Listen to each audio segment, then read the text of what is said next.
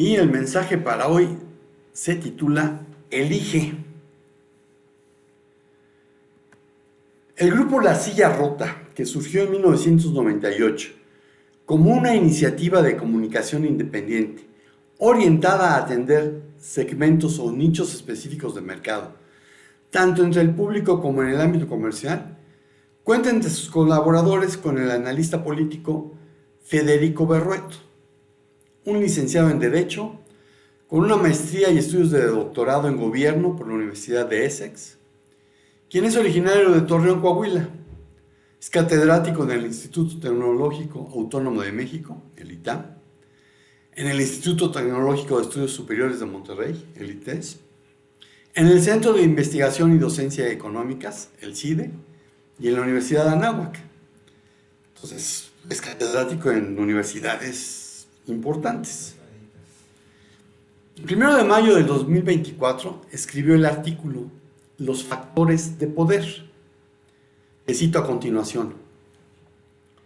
Conforme avanza la elección, a los factores de poder se les complica la vida. La Iglesia Católica desde hace mucho tiempo, sin dudar, definió ruta y destino.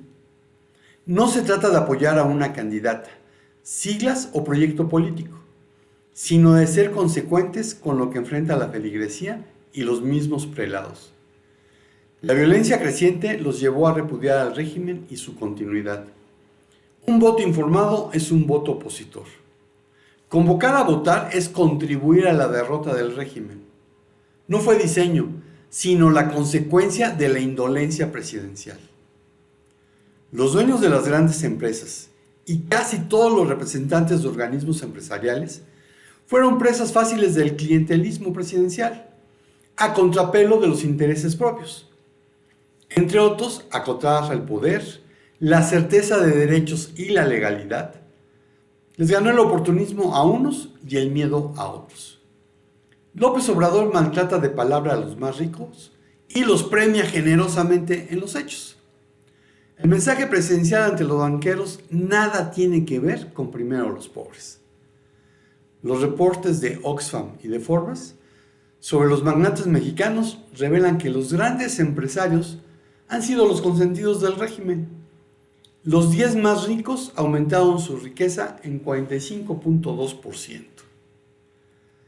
Los excesos de López Obrador y su exigencia de incondicionalidad a empresarios llegaron a un límite.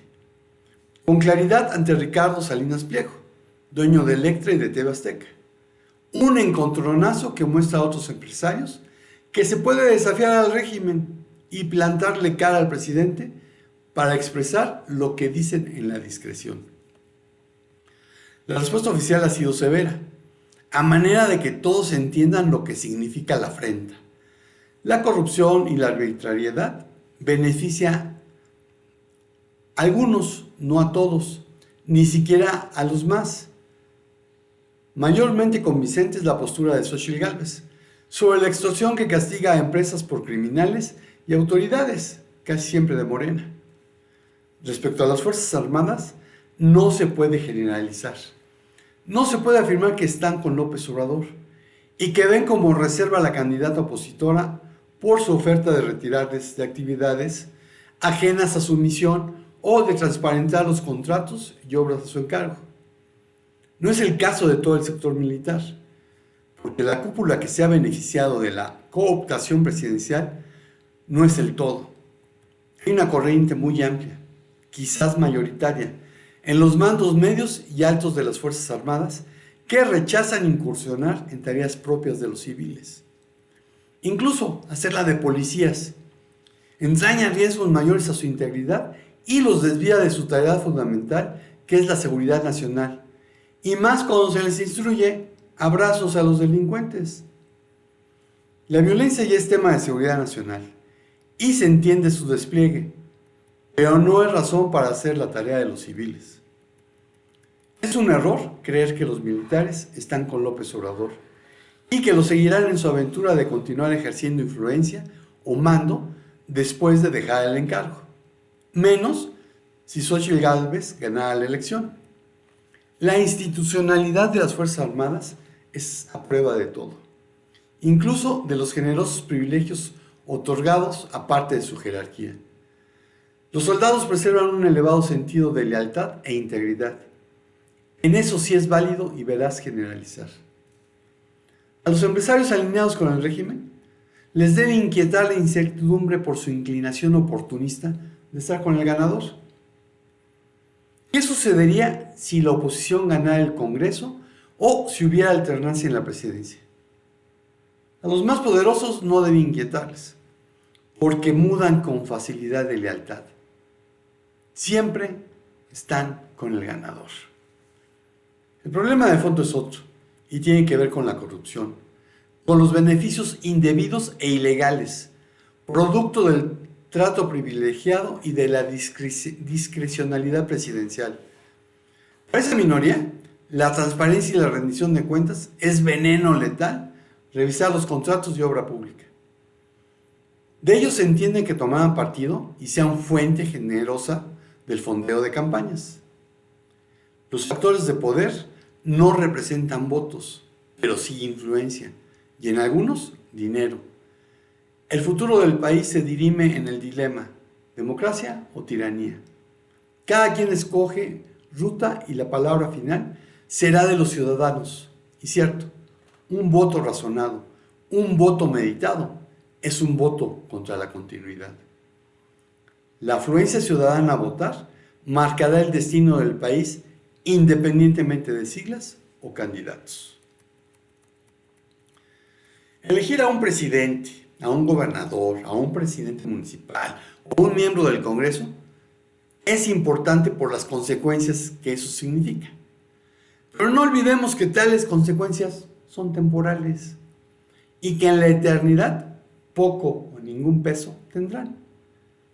Hoy quiero invitarte de que además de ejercer tu derecho y deber ciudadano de votar, yo ya voté, participes en una elección más importante que te ha de afectar individualmente, no solo por el tiempo que estés aquí, sino por toda la eternidad. Pongo delante de ti 4 elecciones conforme a la Biblia que aplican mientras estés vivo. Y la primera es, elige lo que dice Dios. Génesis 3, del 1 al 6. Génesis 3, del 1 al 6.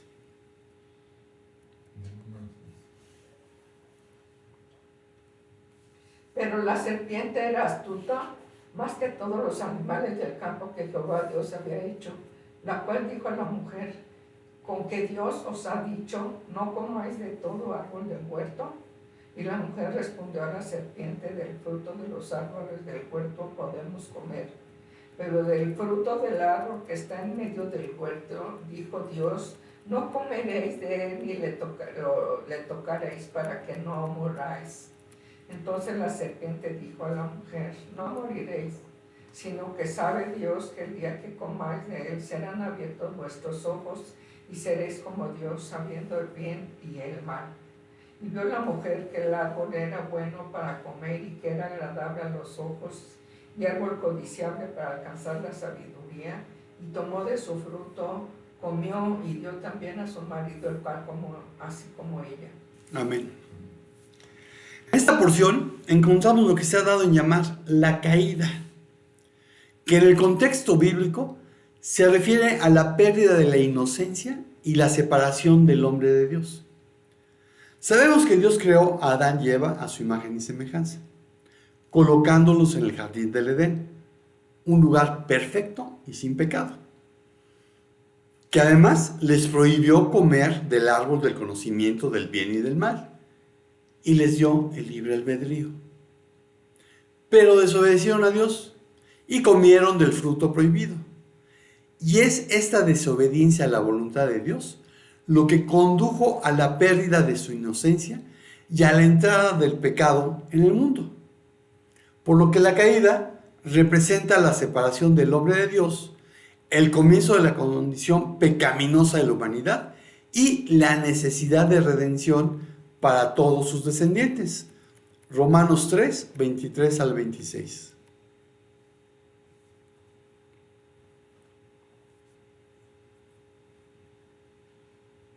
por cuanto todos pecaron y están destituidos de la gloria de Dios, siendo justificados gratuitamente por su gracia, mediante la redención que es en Cristo Jesús, a quien Dios puso como propiciación por medio de la fe en su sangre, para manifestar su justicia a causa de haber pasado por alto en su paciencia los pecados pasados, con la mira de manifestar en este tiempo su justicia, a fin de que Él sea el justo y el que justifica al que es de la fe de Jesús. Amén. Amén. A través de la encarnación de Cristo y su muerte en la cruz, la humanidad tiene la posibilidad de ser reconciliada con Dios y ser liberada del pecado y la muerte. Juan 1:14.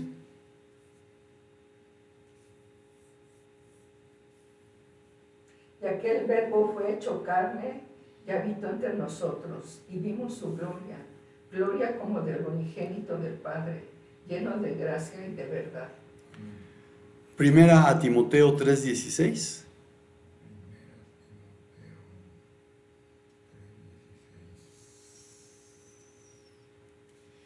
E indiscutiblemente grande es el misterio de la piedad. Dios fue manifestado en carne, justificado en el Espíritu, visto de los ángeles, predicado a los gentiles, creído en el mundo, recibido arriba en gloria. Romanos 5:19.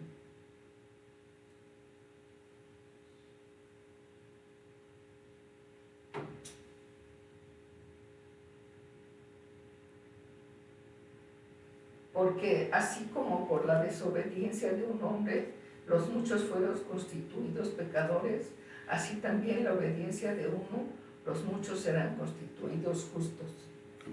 Amén. Efesios 2:4-9.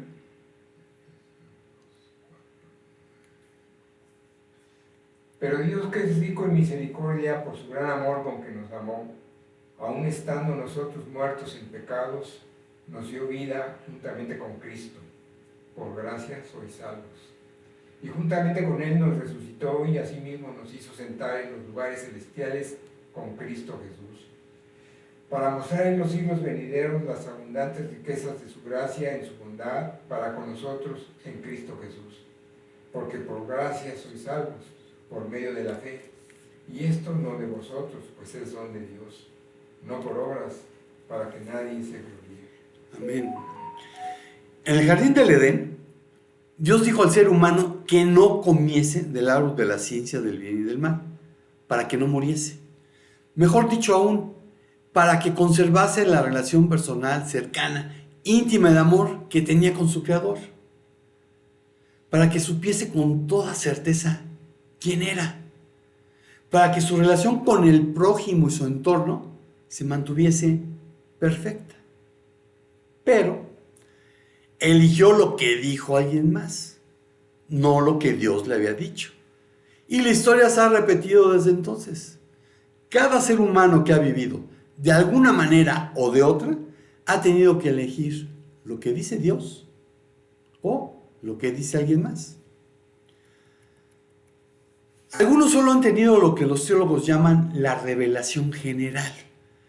Es aquel conocimiento de Dios que el hombre puede derivar de la naturaleza. Porque el hombre es capaz de alcanzar, razonar, intuir un cierto conocimiento de la existencia de Dios. Es decir, que hay un Dios y es creador, así como su poder y su divinidad al considerar las obras de la creación. Romanos 1:19-21.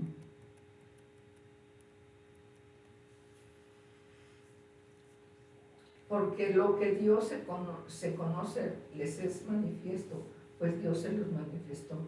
Porque las cosas invisibles de Él, su eterno poder y deidad, se hacen claramente visibles de la creación del mundo, siendo entendidas por medio de las cosas hechas de modo que no tienen excusa. Pues habiendo conocido a Dios, no le glorificaron como a Dios, ni le dieron gracias, sino que se envanecieron en sus razonamientos, y su necio corazón fue entenebrecido.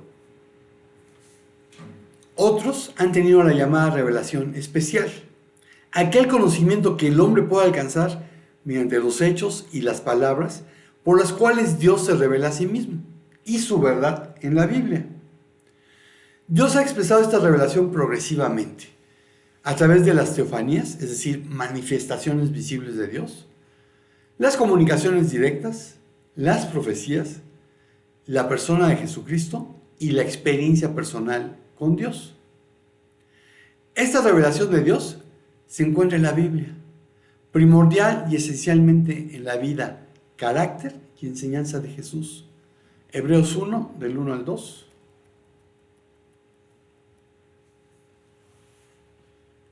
Dios, habiendo hablado muchas veces y de muchas maneras en otro tiempo a los padres por los profetas, en estos postreros días nos ha hablado por el Hijo, a quien constituyó heredero de todo y por quien asimismo hizo el universo. Amén. Para elegir lo que Dios ha dicho, es menester leer, estudiar, escudriñar la Biblia. No hay otra manera. Porque aun cuando puedas oír predicaciones con bases bíblicas, leer comentarios de grandes estudiosos, mientras tú no lo leas en la Biblia, estás oyendo lo que alguien más dice. Puede estar de acuerdo o no con lo que Dios ha dicho. Hechos 17, 10 al 11.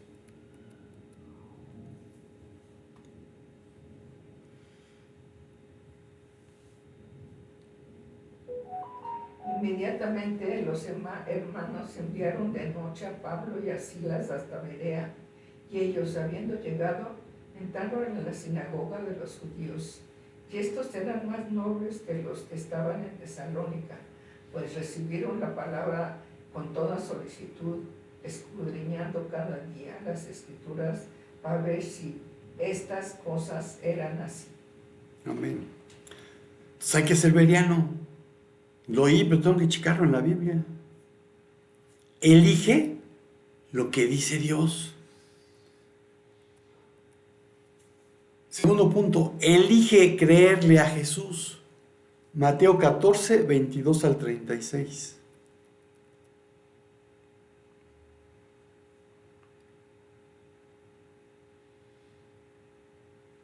Enseguida Jesús hizo a sus discípulos entrar en la barca e ir delante de él a la otra ribera, entre tanto que él despedía a la multitud. Despedida la multitud, subió al monte a orar aparte, y cuando llegó la noche estaba allí solo. Y ya la barca estaba en medio del mar, azotada por las olas, porque el viento era contrario. Mas a la cuarta vigilia de la noche Jesús vino a ellos andando sobre el mar. Y los discípulos, viéndole andar sobre el mar, se turbaron diciendo: ¡un fantasma! Y dieron voces de miedo. Pero enseguida Jesús les habló diciendo: tened ánimo, yo soy, no teman. Entonces le respondió Pedro y dijo: Señor, si eres tú, manda que yo vaya a ti sobre las aguas. Y él dijo: ven. Y descendiendo Pedro de la barca andaba sobre las aguas para ir a Jesús. Pero al ver el fuerte viento tuvo miedo y comenzando a hundirse dio voces diciendo: Señor, sálvame. Al momento Jesús, extendiendo la mano, asió de él y le dijo: hombre de poca fe, ¿por qué dudaste? Y cuando ellos subieron en la barca se calmó el viento. Entonces los que estaban en la barca vinieron y le adoraron diciendo: verdaderamente eres hijo de Dios. Y terminada la travesía vinieron a tierra de Genesaret. Cuando le conocieron los hombres de aquel lugar, enviaron noticia por toda aquella tierra alrededor y trajeron a él todos los enfermos. Y le rogaban que les dejase tocar solamente el borde de su manto, y todos los que lo tocaron quedaron sanos. Amén. Amén. La cuarta vigilia, que es tiempo que nosotros no manejamos, es entre las 3 y las 6 de la mañana. Y en esta historia se resalta la osadía de Pedro, su poca fe, y el que Jesús caminara sobre el mar. Pero algo que para mí es importante, sucedió antes de todo ello, sin lo cual juzgo que lo demás no hubiese sido posible. Subió al monte a solas para orar. Jesús mantenía una comunión constante con el Padre, por lo que se mantenía lleno del Espíritu Santo. Y habiéndose despojado de sus atributos divinos al encarnarse, Filipenses 2 del 5 al 11,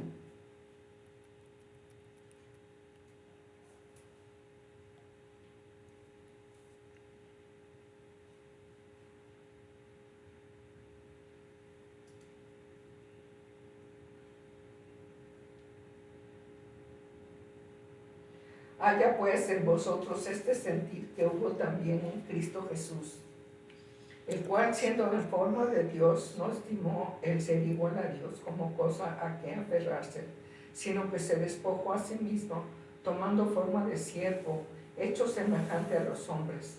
Y estando en la condición de hombre, se humilló a sí mismo, haciéndose obediente hasta la muerte y muerte de cruz.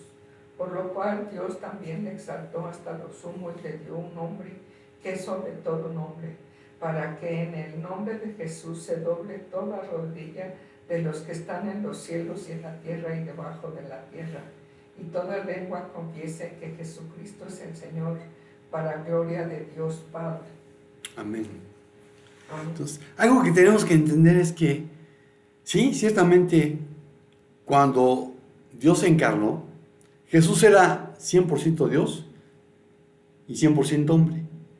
Pero conforme a Filipenses 2, del 5 al 11, nuestra versión dice se despojó. En el griego utiliza una palabra que es se vació. Jesús decidió no hacer uso de sus atributos divinos mientras vivió como hombre. Porque si hace uso de sus atributos divinos, ¿con qué cara después me dice, tú puedes, yo he vencido al mundo? No sería justo. Pero dado que él se despojó de sus atributos, que no hizo uso de ellos, necesitaba mantener esta comunión estrecha con el Padre, mantenerse lleno del Espíritu Santo, porque así era como los milagros obraban. Esa era la única manera que como hombre obrase milagros e hiciese prodigios, y después nos asegurase que podríamos hacer cosas mayores que las que él hizo. Juan 14, 12.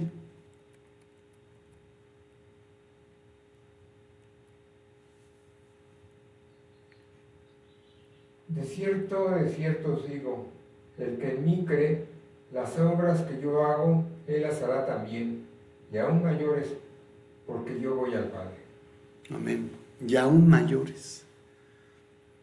Pedro caminó sobre las aguas, hasta que permitió que lo que sus sentidos le decían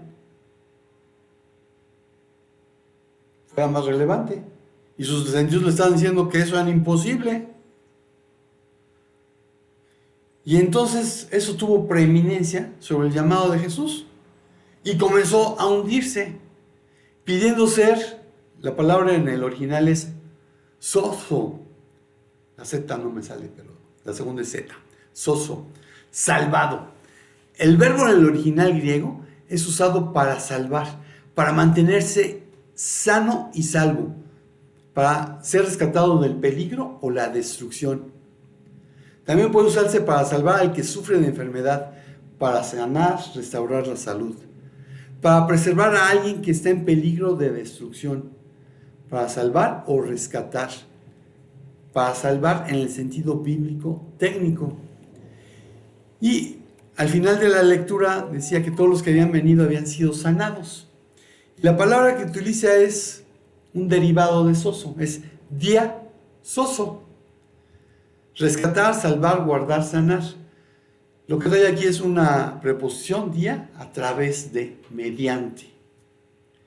Entonces no son pocos, que al igual que los enfermos que sanó en esa ocasión, le han rogado a Jesús que les salve, pidiéndole perdón, reconociendo que con su estilo de vida le han ofendido por practicar el pecado. Algunos, después de haber andado en compañía de Jesús, han escuchado a quienes se encuentran a su alrededor. Y en lugar de seguir viendo con los ojos de la fe, han vuelto a ver con los ojos de quien no ha nacido de nuevo. Y concluyen que es imposible hacer lo que Jesús demanda. Hombres de poca fe, que por dejar de oír a Jesús, por dejar de oír la palabra de Dios, comienzan a hundirse. Romanos 10, 17.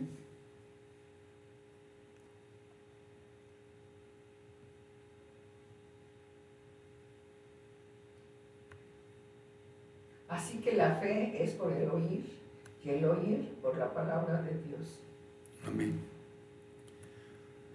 Pero la mano de Jesús siempre está disponible para sostener a quien le busca. No obstante,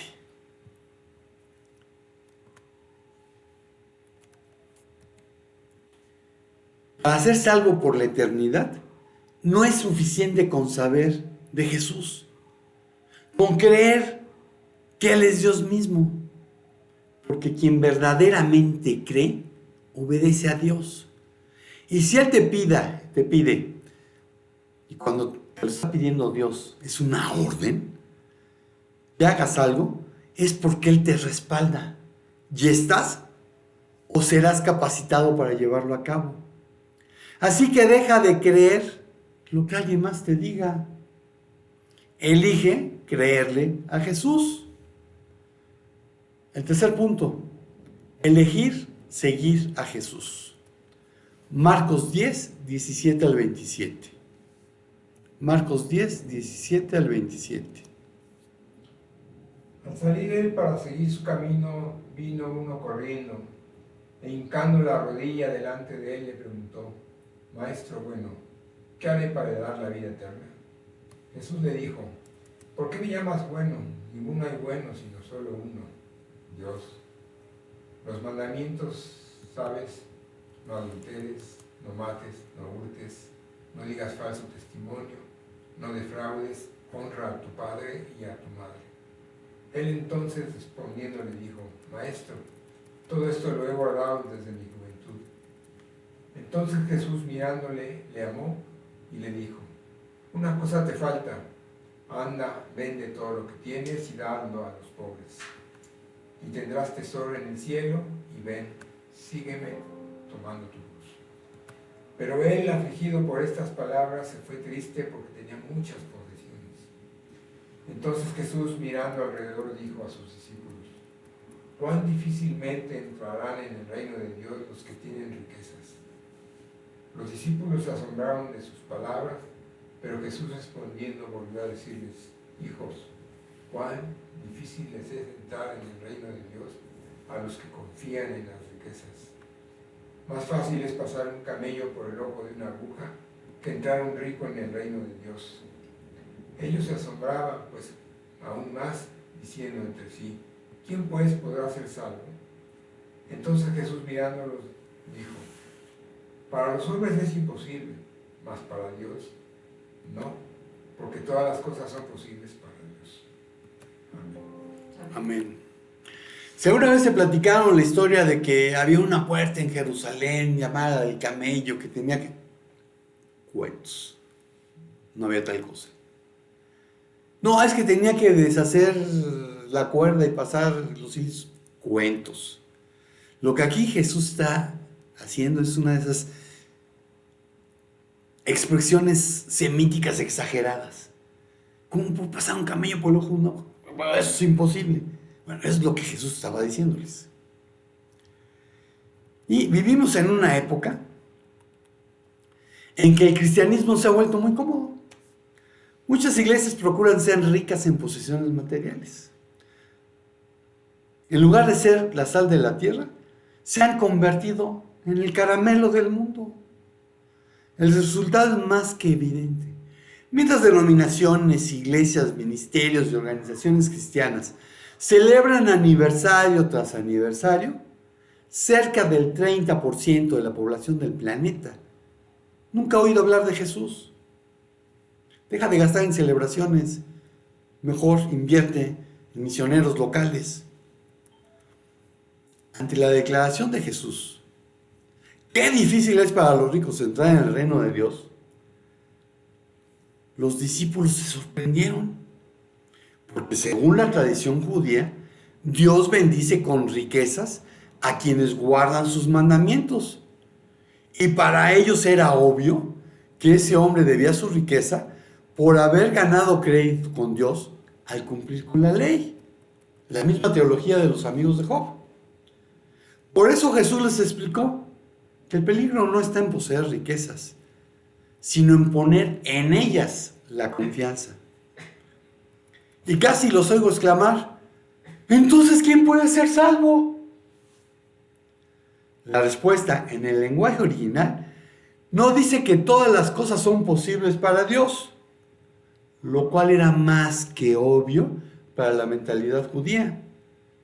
Una mejor traducción es: todo es posible en compañía de Dios, ya que la obediencia a la voluntad divina implica una participación en la omnipotencia de Dios.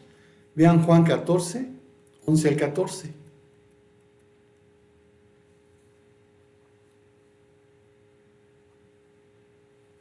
Creedme que yo soy el Padre y el Padre en mí. De otra manera, creedme por las mismas obras. De cierto os digo, el que en mí cree, las obras que yo hago, él las hará también, y aún mayores hará, porque yo voy al Padre.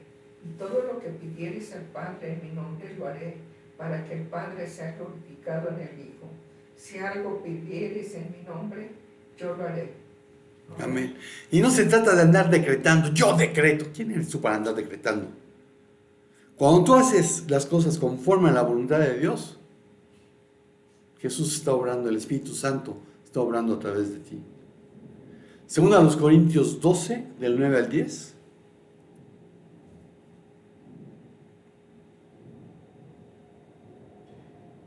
Y me ha dicho, bástate mi gracia, porque mi poder se perfecciona en la debilidad. Por tanto, de buena gana me gloriaré más bien en mis debilidades, para que repose sobre mí el poder de Cristo. Por lo cual, por amor a Cristo, me gozo en las debilidades, en afrentas, en necesidades, en persecuciones, en angustias, porque cuando soy débil, entonces soy fuerte. Amén. Cuando soy débil, entonces soy fuerte. ¿Por qué? Porque el poder de Dios se está manifestando a través de mí. Pero, ¿por qué se afligió este joven? Que además era un dirigente. Vean, Mateo 19, 20.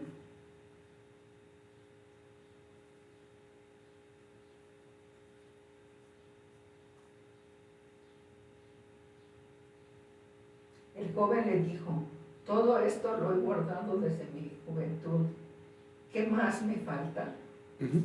Y la palabra que utiliza aquí para joven nos dice que ya no era un adolescente, pero aún no se había casado.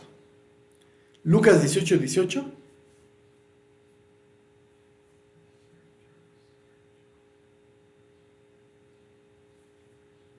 Un hombre principal le preguntó, diciendo, Maestro bueno, ¿qué haré para heredar la vida eterna? Amén. Entonces, si tomamos la información de estos 3 evangelios, los sinópticos, sabemos que era un hombre joven y que era un principal entre los judíos y que era rico. Bueno, ¿por qué se aflige? Porque se dio cuenta de que seguir a Cristo no era un camino fácil. Mateo 7, del 13 al 14.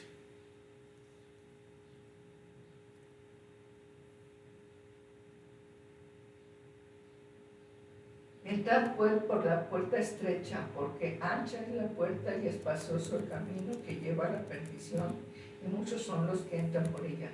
Porque estrecha es la puerta y angosto el camino que lleva a la vida, y pocos son los que la hallan. Amén. Se aflige porque no podía obtener la vida eterna y conservar sus posesiones temporales. El llamado Evangelio de la Prosperidad le hubiese dicho que si se convertía a Cristo iba a tener una experiencia feliz. Prosperidad material, sanidad en todo sentido. Pero eso no es lo que promete Jesús.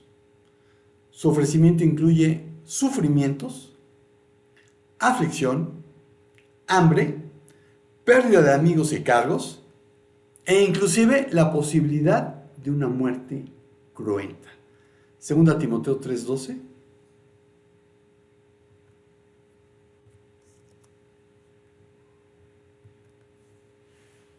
Y también todos los que quieren vivir piadosamente en Cristo Jesús padecerán persecución. Lucas 21:12 al 17.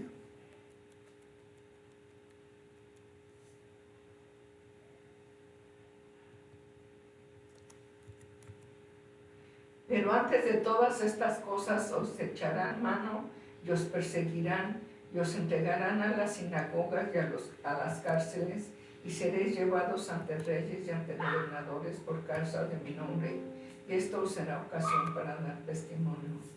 Proponed en vuestros corazones, no pensar antes cómo habéis de responder en vuestra defensa, porque hoy yo daré palabra y sabiduría, la cual no podrán resistir ni contradecir todos los que se opongan. Mas seréis entregados aún por vuestros padres y hermanos y parientes y amigos, y matarán a algunos de vosotros, y seréis aborrecidos de todos por causa de mi nombre. Amén. Lo que sí nos asegura es que aunque el mundo nos odie, Dios nos ama. La salvación está disponible para todos los que están dispuestos a dejarlo todo, para poder seguir a Cristo, sin ataduras, para aquellos que están dispuestos a tomar su cruz cada día. Mateo 10, 37 al 39.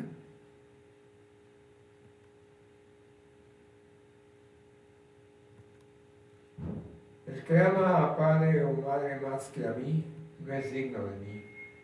El que ama a hijo o hija más que a mí, no es digno de mí. Y el que no toma su cruz y sigue en pos de mí, no es digno de mí. El que haya su vida, la perderá, y el que pierde su vida por causa de mí, la hallará. Mateo 16, 24 al 25.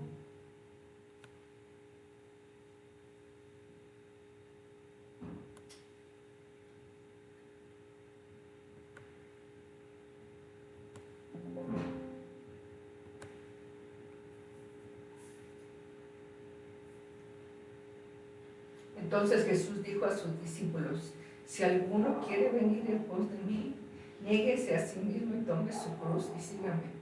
Porque todo el que quiera salvar su vida la perderá, y todo el que pierda su vida por causa de mí la hallará.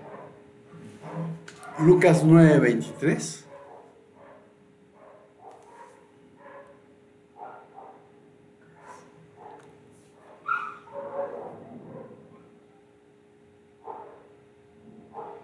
Y decía a todos, si alguno quiere venir en pos de mí, niéguese a sí mismo, tome su cruz cada día y sígame. Y Lucas 14, 27.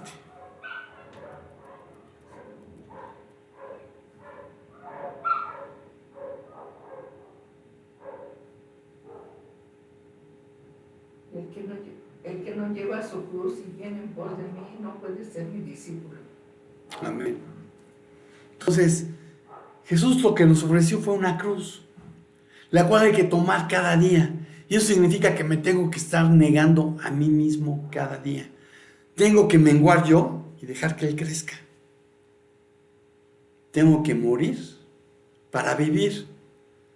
Pero como suelo decir, morir duele. Y por eso no nos gusta obedecer todo lo que Dios nos dice. Nos cuesta trabajo dejarlo todo. Pero ya decía el misionero que murió asesinado por los Aucas en el Ecuador, Elliot, que no es tonto quien da lo que no puede conservar por ganar lo que no puede obtener de otra manera. Elige seguir a Jesús.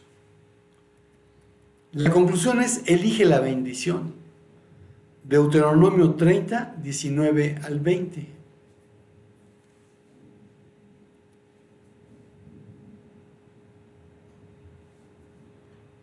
A los cielos y a la tierra llamo por testigos hoy contra vosotros, que os he puesto delante la vida y la muerte, la bendición y la maldición. Escoge pues la vida para que vivas tú y tu descendencia, amando a Jehová tu Dios, atendiendo a su voz y siguiéndole a Él, porque Él es vida para ti y prolongación de tus días, a fin de que habites sobre la tierra que juró Jehová a tus padres, Abraham, Isaac y Jacob, que les había de dar. Amén. Amén. Si quieres conocer las bendiciones y maldiciones del pacto de Dios, las puedes leer en Deuteronomio 27 al 30. No los vamos a leer. O sea, estaríamos leyendo 4 capítulos. Pero ahí están las bendiciones y maldiciones del pacto de Dios con Israel. Y lo que encuentras ahí es lo que era común en los pactos del antiguo cercano oriente.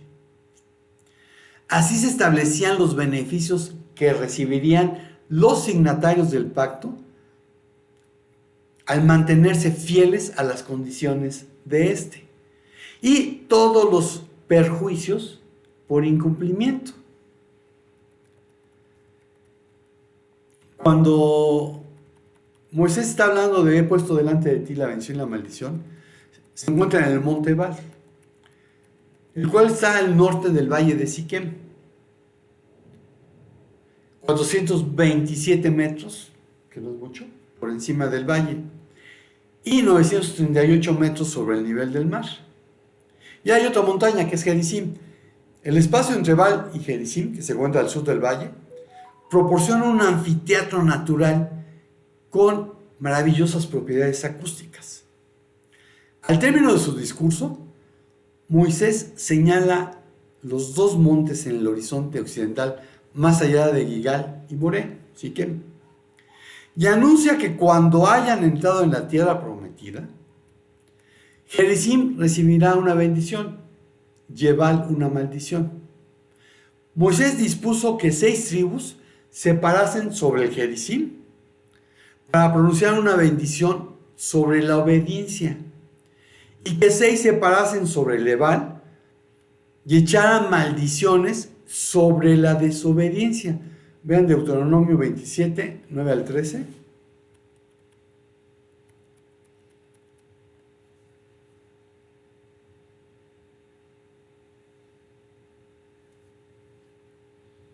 Y Moisés con los sacerdotes levitas habló a todo Israel diciendo: guarda silencio y escucha, oh Israel, hoy has venido a ser pueblo de Jehová tu Dios.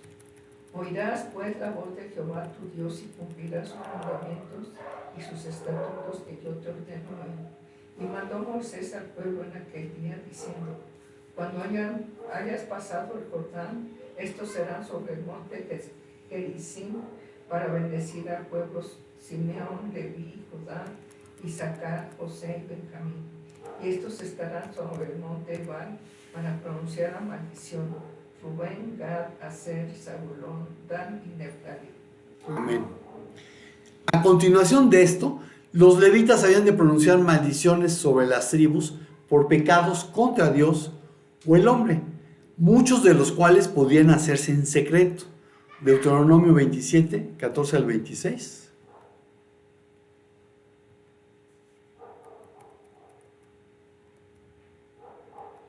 Y hablarán los levitas y dirán a todo varón de Israel en alta voz: maldito el hombre que hiciere escultura o imagen de fundición, abominación a Jehová, obra de mano de artífice, y le pusiere en oculto, y todo el pueblo responderá y dirá amén. Maldito el que deshonrare a su padre o a su madre, y dirá todo el pueblo amén. Maldito el que redujere el límite de su prójimo, y dirá todo el pueblo amén. Maldito el que hiciere errar al ciego en el camino, y dirá todo el pueblo amén. Maldito el que pervirtiere el derecho del extranjero, del huérfano y de la viuda, y dirá todo el pueblo amén. Maldito el que se acostare con la mujer de su padre, por cuanto descubrió el regazo de su padre, y dirá todo el pueblo amén. Maldito el que se ayuntare con cualquier bestia, y dirá todo el pueblo amén. Maldito el que se acostare con su hermana, hija de su padre o hija de su madre, y dirá todo el pueblo amén. Maldito el que se acostare con su suegra, y dirá todo el pueblo amén. Maldito el que hiriere a su prójimo ocultamente, y dirá todo el pueblo amén. Maldito el que recibiere soborno para quitar la vida al inocente, y dirá todo el pueblo amén.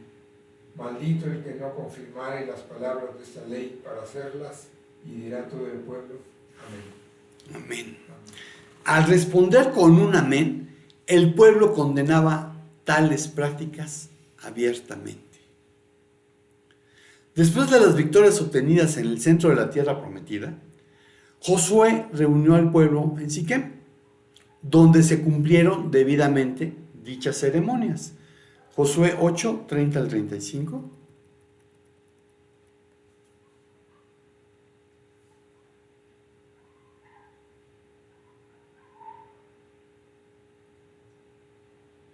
Entonces Josué edificó un altar a Jehová, Dios de Israel, en el monte Ebal, como Moisés, siervo de Jehová, lo había mandado a los hijos de Israel, como está escrito en el libro de la ley de Moisés, un altar de piedras enteras sobre las cuales nadie alzó hierro, que ofrecieron sobre el holocausto a Jehová y sacrificaron ofrendas de paz. También escribió allí sobre las piedras una copia de la ley de Moisés, lo cual escribió delante de los hijos de Israel. Y todo Israel con sus ancianos, oficiales y jueces estaban de pie a uno y a otro lado del arca en presencia de los sacerdotes levitas que llevaban el arca del pacto de Jehová. Así los extranjeros como los naturales, la mitad de ellos estaban hacia el monte Gerizim y la otra mitad hacia el monte Ebal, de la manera de que Moisés, siervo de Jehová, lo había mandado antes, para que bendijesen primeramente al pueblo de Israel. Después de esto, leyó las palabras de la ley, las bendiciones y las maldiciones, conforme a todo lo que está escrito en el libro de la ley. No hubo palabra alguna de todo cuanto mandó Moisés que Josué no hiciese leer delante de toda la congregación de Israel, de las mujeres, de los niños y de los extranjeros que moraban entre ellos. Amén. Bueno, no estuvimos ni estamos en Siquem, pero hoy te invito a elegir lo que dice Dios. Te invito a elegir creerle a Jesús. Te invito a elegir seguir a Jesús. Para ello tendrás que estudiar la Biblia.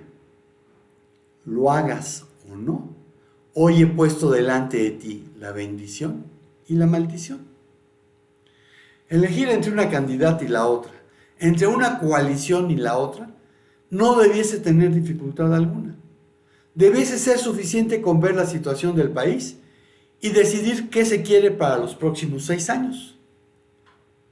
Pienso que es mucho más fácil elegir si se quiere tener una relación personal, cercana, íntima de amor con el todopoderoso creador del universo, o no se quiere tener desde ahora y por toda la eternidad. Y concluyo diciendo, elige la bendición para que vivas tú y tus descendientes. Amén. Y Señor, pues gracias porque nos has dado tu palabra, porque en tu palabra podemos encontrar lo que tú quieres para nosotros, lo que tú quieres que hagamos, y también cómo podemos hacerlo, Señor. Gracias por tu amor, gracias por tu bendición. Y Señor, pedirte que estas elecciones que se están llevando a lo largo y ancho de México y embajadas y consulados, tú cuides a aquellos que están poniendo en riesgo su vida al salir a votar, porque el crimen organizado los tiene amenazados. Te pido que les des sabiduría a los que les están exigiendo tomar una foto para entregárselas votando por quienes ellos quisieran. Que sean hábiles y recuerden que basta con poner después un no y votar por quien sí quiere. Gracias por los que hemos podido votar, gracias por los que están votando. Y Señor, gracias por tu amor, gracias porque gane quien gane, nosotros ganamos cuando te elegimos a ti. En el nombre de Jesús, amén. Y pues amigos y hermanos de internet, estamos despedidos. Espero que ya hayas votado, que si no, que vayas a votar. Shalom, shalom. Nos vemos la próxima semana, si el Señor no dice otra cosa. Amén.